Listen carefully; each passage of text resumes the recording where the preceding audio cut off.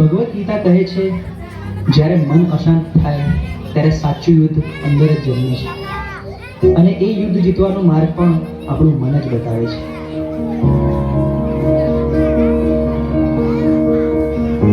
ચલો છોકરાઓ, આજે ચેપ્ટર 6 ની આપણે ટેસ્ટ કરીશું, બરોબર?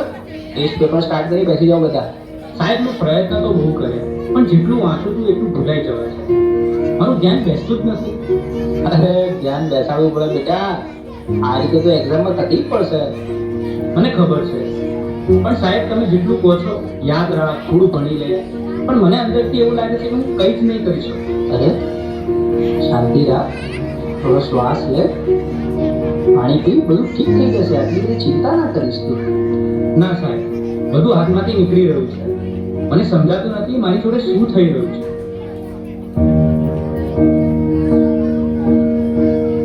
તું ક્યારેય વાતને સિરિયસલી લેતો જ નથી, દરેક વાતમાં મજાક. હું તારી સાથે હંમેશા ફસાઈ ગયો છું. અરે પણ હું શું બોલ્યો? હવે આપણે સામાન્ય વાત તો કરતા હતા. તને આ બધું ઓકે અને મજાક લાગે છે, પણ જે વસ્તુ મને નથી ગમતી એને પણ તું મજાક માને છે. હવે સવાલ નથી થતો. અરે આટલી નાની વાતમાં આટલું બધું રિએક્ટ કેમ કરાય છે? આજે તું કંઈક અજીબ જ બિહેવ કરી હોય. હા, શું થયું? મને પોતે જ સમજાતું નથી. બસ મારું મગજ હવે ચાલતું નથી. મને યાર થોડો સમય એકલો રહેવા દે. બેટા, સ્કૂલમાંથી આવી ગયો? ખાવાનું રેડી છે? ચાલ પહેલા ખાઈ લે, પછી થોડું રિવિઝન કરી લઈએ. બસ હું એ વિચારની બહુ માંગ છે. દરેક વાતમાં તમે ભણવાનું કેમ વાત લઈ લો છો? એના સિવાય બીજી કઈ વાત જ નથી હોતી તમારી પાસે. અરે, એમાં હું ખોટું શું બોલી? હું તો તને ફક્ત મદદ કરવાની કોશિશ કરી રહી છું. મદદ કે પ્રેશર? હું સવારે ઉઠું ત્યારથી રાત સુધી મારી ઉપર બસ કામ કામ કામ. અરે મને શ્વાસ તો લેવા દો. મને તો આવું ક્યારેય ના લાગ્યું કે તને આવું લાગે છે. તું ઠીક તો છે ને? મને ખબર નથી, મારે હમણાં કોઈની સાથે વાત નથી કરવી.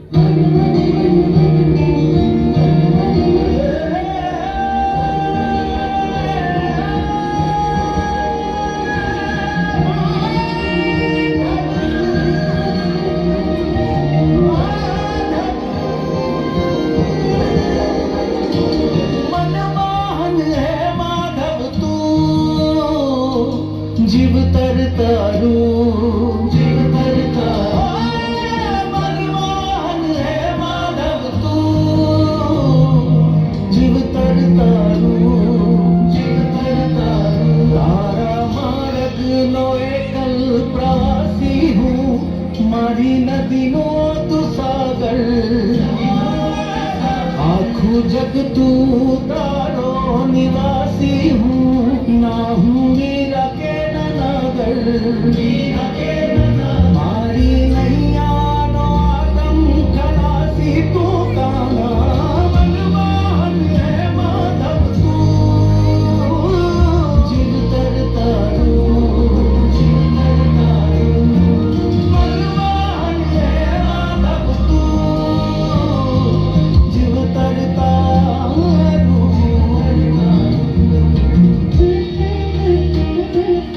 હવે તો એવું લાગે છે કે કોઈ મદદ કરવાની નથી, ભગવાન પણ નહીં. આ બધું હું એકલો જ ભોગવી રહ્યો છું અને અંદરથી પણ તૂટી રહ્યો છું.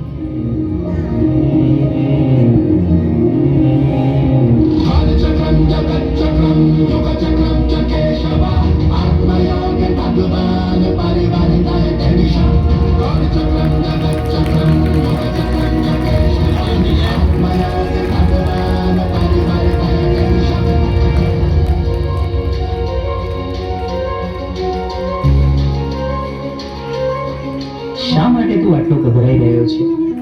તારી સામે કોઈ દુશ્મન થોડી છે. તું માત્ર તારા મનથી થાકી ગયો છે. મને ખબર નથી હું શું કરું. મારી સાથે દર વખતે ખોટું કેમ થઈ રહ્યું છે? તારી સાથે ખોટું નથી થઈ રહ્યું. તું પરિસ્થિતિઓને ખોટી રીતે જોઈ રહ્યો છે. તું સમસ્યાઓથી ઘેરાયો નથી, તું જવાબદારીથી ભાગી રહ્યો છે. તો હું આ બધામાંથી બહાર કેવી રીતે આવું? 3 વસ્તુઓ જીવનમાં હંમેશા યાદ રાખજે. સત્ય બોલ, ભલે મુશ્કેલ લાગે.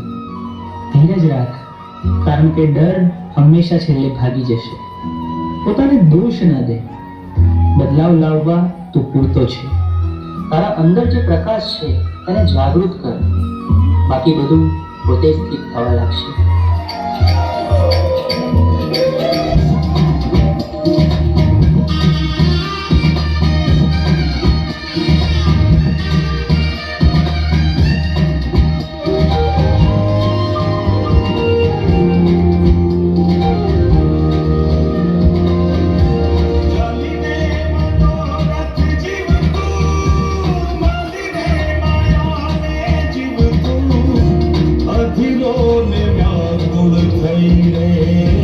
પામે રે કશું નહીં જીવવું. ઓ અધીનો ને ડાબુલ થઈ રે પામે રે કશું નહીં જીવવું.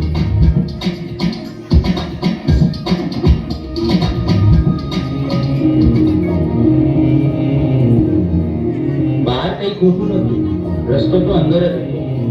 મન સ્વચ્છ બને તો એ દ્વારિકા બનશે, અને એવી દ્વારિકામાં ના ખુદ આવીને ઉભા રહે. હે યશોદાનો લાલો મારો રાજા રણ છોડ છે. એણે મને માયા લગાડી રે. હાલો હાલો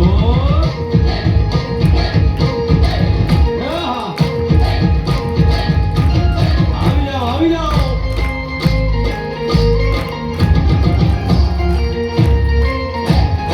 ભાઈ ભાઈ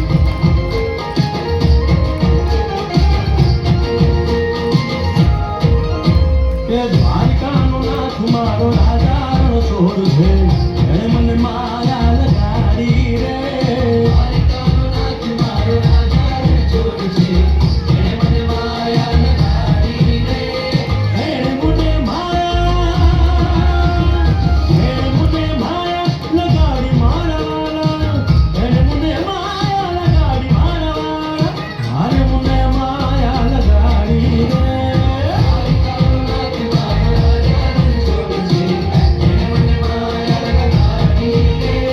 સુદામાનો સુદામાનો સુદામાનો સુદામાનો મિત્ર મારો રાજા રણ છોડ છે. એણે મને માયા લગાડી રે.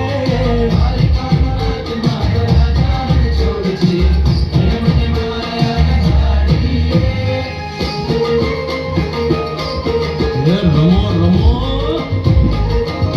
આ મોરલી વાળા લીલા રે.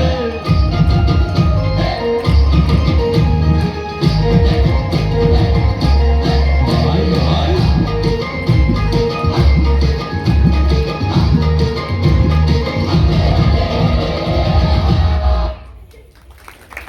ખૂબ ખૂબ તાળીઓ થઈ જાય. વાલી મિત્રો, લાલો ફિલ્મ જોવા લાયક છે. બાળકોમાં હતાશા હોય